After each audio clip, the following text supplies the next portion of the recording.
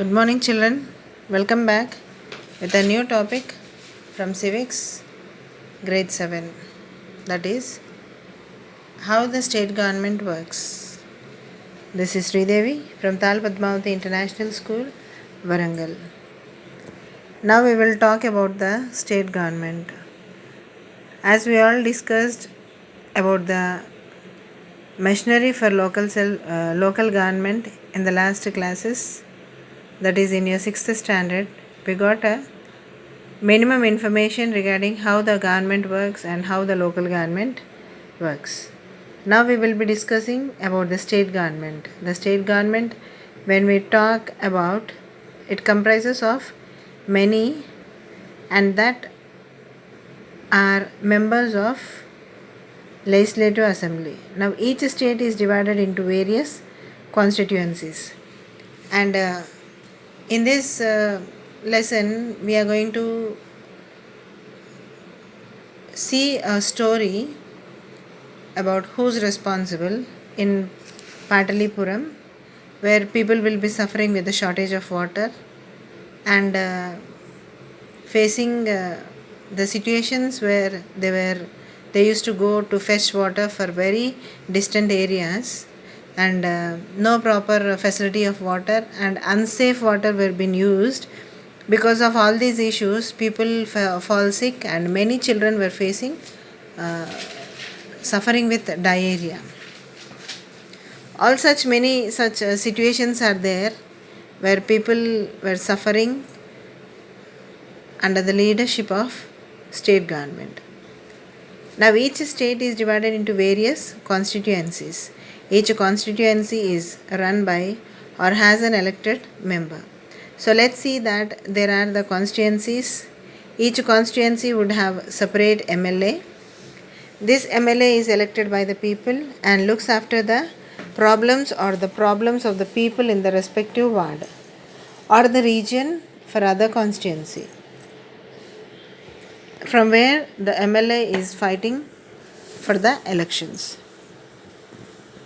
Now when it comes to the government mechanism, there are two kinds of parties that come into play. One is the ruling party and the other is the opposition party. Let's say there are 20 constituencies in any state. Now of these 20 constituencies, if any state is of 24 to 20, if 10 or more constituencies are obtained or would be a given party, the party becomes the ruling party and the other become the opposition party. As you can see in the image, this is the Union Council of Ministers, where the union executives like President, Vice President, Prime Minister, Council of Ministers, etc. Even as we see the central government facing the opposition party as Congress, even the state government also faces such opposition parties, where they point out the situations of the running party in case when the facilities are not given to the people in time. So the common parties that generally we see and we are very familiar with are the BJP and the Congress, where BJP can be by Modi ji and Congress leader, as you can see in the screen.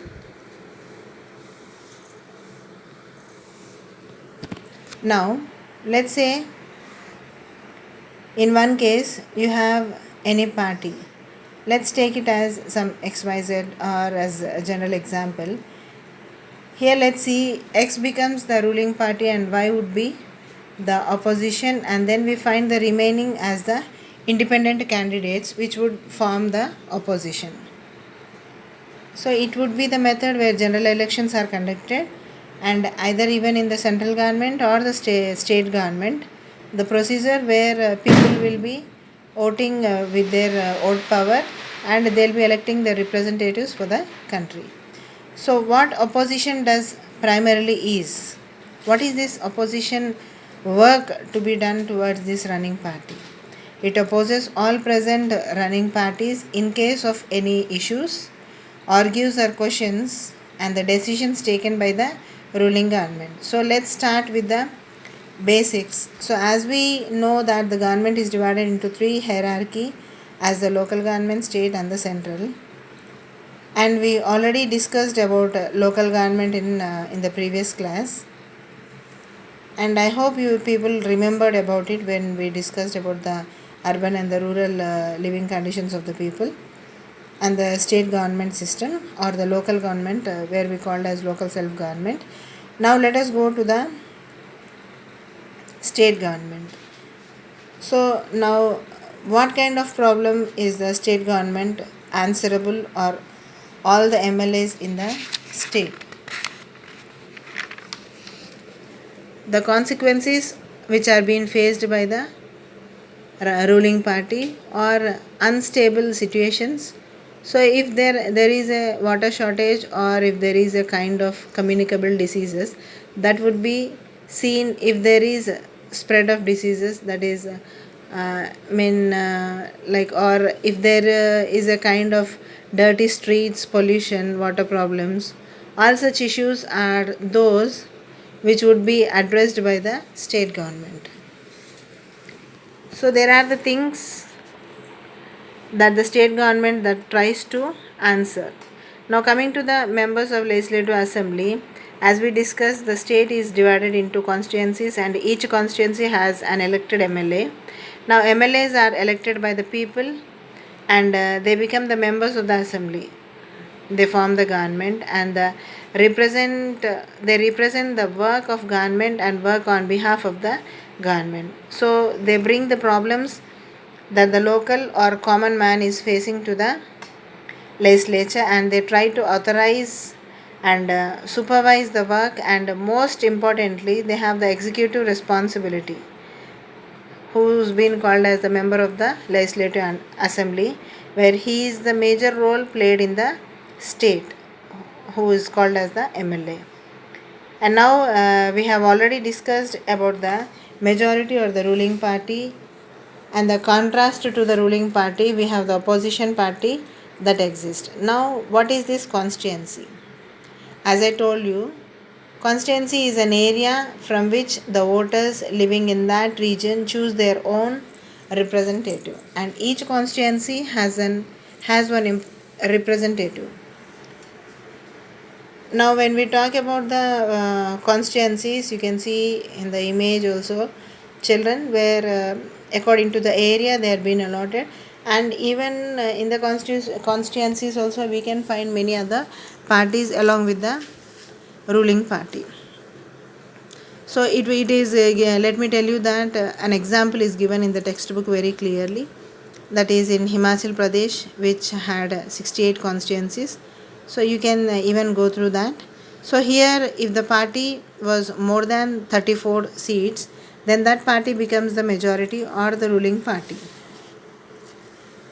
and the remaining ones goes into the opposition. Now each state has an MLA, and some of these MLAs are elected or have a kind of dual function. They work as an MLA, and if they are part of